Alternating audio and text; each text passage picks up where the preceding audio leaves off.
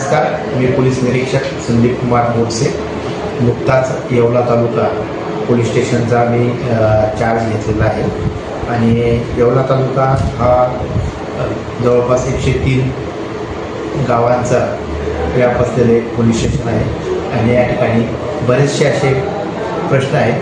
त्या अनुषंगाने कायदा व सुव्यवस्थेच्या अनुषंगाने आम्हाला बरेच काही इथं काम करायचं आहे.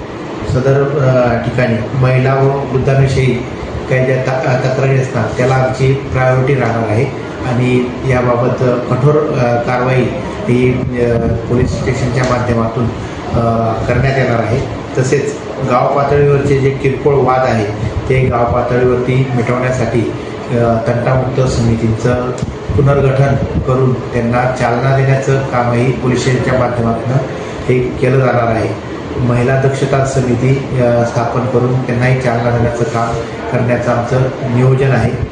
पोलीस स्टेशन हद्दीतील जर काही अवैध धंदे असतील त्याच्यावरती कठोर कारवाई करण्याचं नियोजन आहे आणि 100% पोलिसांच्या माध्यमातून अवैध धंद्यांच्या बाबतीत कोणत्याही प्रकारची तडजोडी केली जाणार नाही याची दक्षता आमच्या स्तरावरती घेतली जाणार आहे.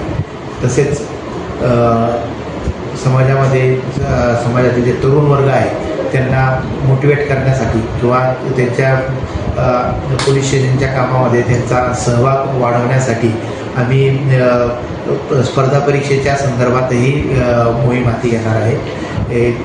या माध्यमातून मी नागरिकांना आवाहन करतो की नव्याने हजर झाल्यानंतर बरेचसे गाव पातळीवरचे नागरिक हे भेटीसाठी पोलीस स्टेशनला येत असतात आणि पुष्पगुच्छ किंवा शाल श्रीफळ ते आणत असतात. त्यांना विनंती आहे सर्वांना की आपण भेटीसाठी अवश्य या. आपल्या तक्रारी ज्या असतील त्या तक्रारीच्या अनुषंगाने किंवा आपल्या काही सूचना असतील त्या अनुषंगाने आपण अवश्य या. आपल्याला पुरेपूर वेळ दिला जाईल. आपली संपूर्ण आपले शंकेचे निरसन करण्यात येईल. परंतु यासाठी कोणत्याही प्रकारचा पुष्पगुच्छ किंवा शाल श्रीफळ आणण्याची आवश्यकता नाही. आपली उपस्थितीच आमच्यासाठी तो एक सत्कारच आहे की आपण इतक्या दुरून वेळात वेळ काढून पोलीस स्टेशनला आपली उपस्थिती देत आहात. त्याऐवजी जर आपण जर एक स्पर्धा परीक्षेच्या पुस्तक किंवा स्पर्धा परीक्षेसाठी लागणारे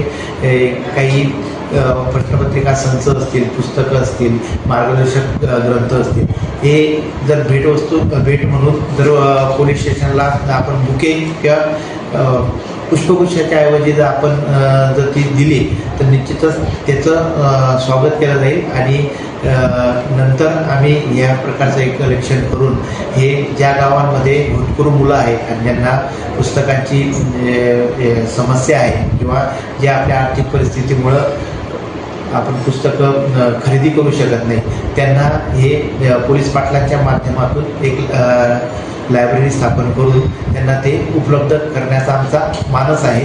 तर त्यामुळे आपणा सर्वांना आव्हान आहे की पोलीस स्टेशनला येताना कोणत्याही प्रकारचे पुष्पगुच्छ वगैरे आपण आणू नये. आपली उपस्थितीच आमच्यासाठी एक सन्मान असेल. धन्यवाद.